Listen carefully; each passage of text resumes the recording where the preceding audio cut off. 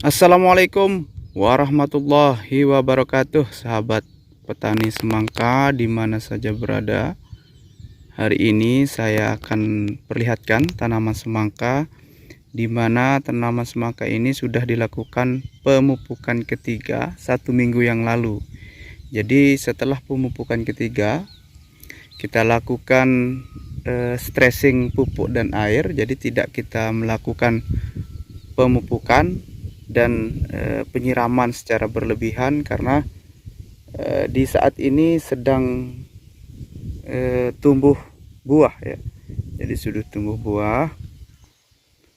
Kita tunggu buahnya agak lumayan besar dulu, baru kita akan lakukan pemupukan keempat. Ini sudah 1 minggu sudah tidak kita pupuk ya. Jadi di video sebelumnya sudah saya bagi video pemupukan ketiga. Jadi ini 1 minggu setelah pemupukan ketiga. Yang sebelumnya bedengannya ini kemarin belum penuh dengan cabang-cabang ataupun belum panjang gitu. Sekarang sudah hampir penuh ya. Kita bisa lihat, cek buahnya, bakal buahnya ya.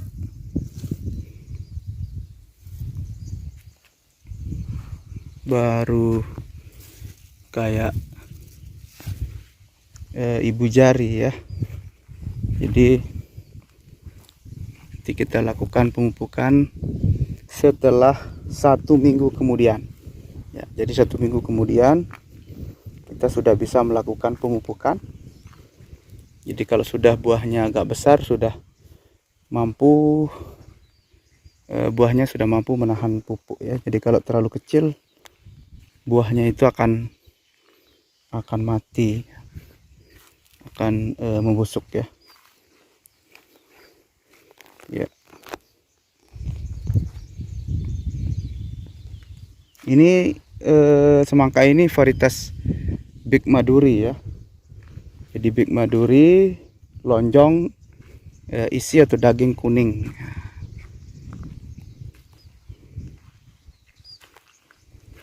Jadi sahabat bisa lihat pertumbuhannya sangat bagus. Jadi daun maupun batangnya terlihat segar. Saat ini sedang lagi panas cuacanya dan agak sedikit kelihatan layu, tapi nanti kalau sudah sore akan bagus lagi ya. Ya, kita bisa lihat buahnya yang lain ada juga yang sudah lumayan besar ya. Oke, masih belum terlihat ada gejala daun yang terkena jamur atau yang diserang hama ya, masih kelihatan bagus. Sahabat bisa lihat juga itu buahnya ya. Jadi 1 minggu kemudian buahnya sudah besar gitu, sudah bisa kita lakukan pemupukan. Jadi ini memang ada beberapa ya, ada beberapa yang buahnya sudah besar ya, udah besar ya. Kayak ini sudah banyak buahnya, cuman kita masih menunggu yang lain. Jadi sudah banyak buah yang besar, kalian sahabat bisa lihat. Tapi kalau sekarang minggu ini kita lakukan pemupukan kan sayang yang buahnya masih agak kecil-kecil itu ya. Nah, kalau yang sudah gini sudah bisa dijos sebetulnya dengan pupuk, tapi kita masih menunggu buah-buah yang masih kecil. Buahnya sudah lebih banyak yang sudah besar daripada yang masih kecil-kecil ya. Karena ada saja yang di saat berbuah agak dekat itu kadang-kadang kita potes. Kalau terlalu dekat dengan pangkal batang kita potes, nanti akan tumbuh buah lagi di depan. Jadi itu yang akan kita tunggu, baru akan kita lakukan pemupukan. Buahnya sudah banyak, sudah terlihat.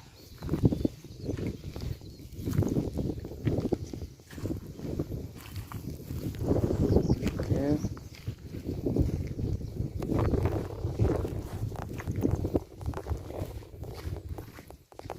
Ada satu atau dua terlihat itu ya, terlihat penggerek daun, tapi kalau sudah usia seperti ini, usianya sudah dewasa seperti ini ya, sudah tua lah daunnya, insek atau hama-hama penyerang daun itu sudah tidak begitu kuat untuk merusak daunnya. Tapi tetap pada saat penyemprotan kita selalu memberikan insektisida, fungisida, sekalipun dia tidak ada tanda-tanda kresek, tidak ada tanda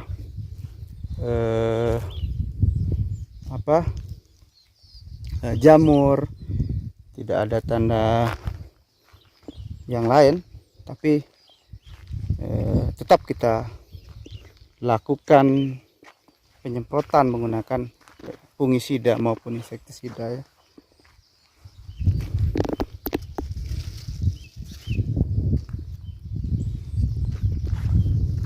Sudah rata-rata sudah banyak yang sudah besar buahnya, tapi ada beberapa juga yang kecil, yang itu yang kita tunggu, misalnya seperti yang ini. Nah, ini juga masih agak kecil, kita masih menunggu 1 minggu lagi ya. 1 minggu lagi kita lakukan pemupukan keempat menggunakan sama kayak kemarin Ponska sama ZA ya. Boleh nanti sahabat yang lain menggunakan pupuk yang lain, dicampur juga dengan pupuk misalnya NPK 1616 dan lain sebagainya, boleh ya. Tapi yang perlu dijos atau yang perlu agak banyak adalah ZA nya sama Ponska yang merah itu ya. Jadi itu yang perlu dijos di saat pembuahan seperti ini. Jadi tidak begitu sering kita pupuk sebetulnya semangka. Yang penting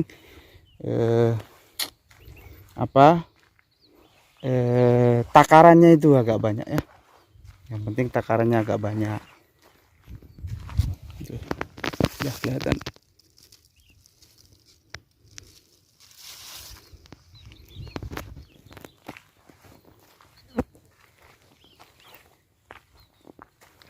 Oke, sahabat bisa lihat buah sudah kelihatan banyak.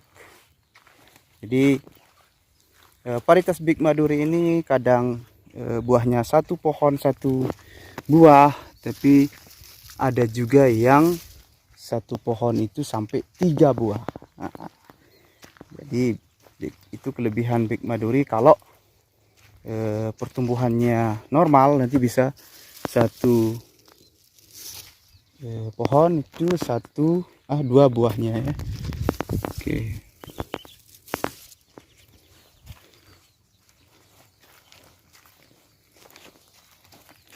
Ini hanya berbagi pengalaman bertanam pribadi saya, bosku ya.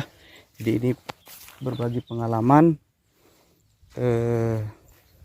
kami di sini bertanam. Artinya saya ya di keluarga saya gitu. Jadi kalau teman-teman yang lain mungkin beda lagi.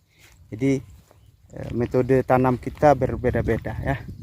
Jadi kalau sekiranya berbagi ini bermanfaat ya alhamdulillah. Tapi kalau sekiranya video berbagi saya ini tidak bermanfaat juga tidak jadi masalah ya, karena ini hanya pengalaman pribadi. Karena saya memang backgroundnya bukan itu ya, bukan akademisi dari pertanian, bukan ahli pertanian gitu, tapi ini hanya murni pengalaman bertanam. Dari tahun ke tahun kita bisa belajar dari pengalaman itu. Kadang tanaman kita ada yang diserang hama ya, kresek dan lain sebagainya. Belajar dari situ, lama kelamaan kita mampu menanam secara maksimal ya, terutama menanam semangka ya.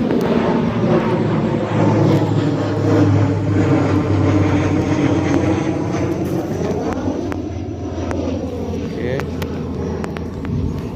Mohon maaf ada suara pesawat karena jarak saya dengan bandara di sini ya sekitar 2 kilo lah, 3 kilo lah.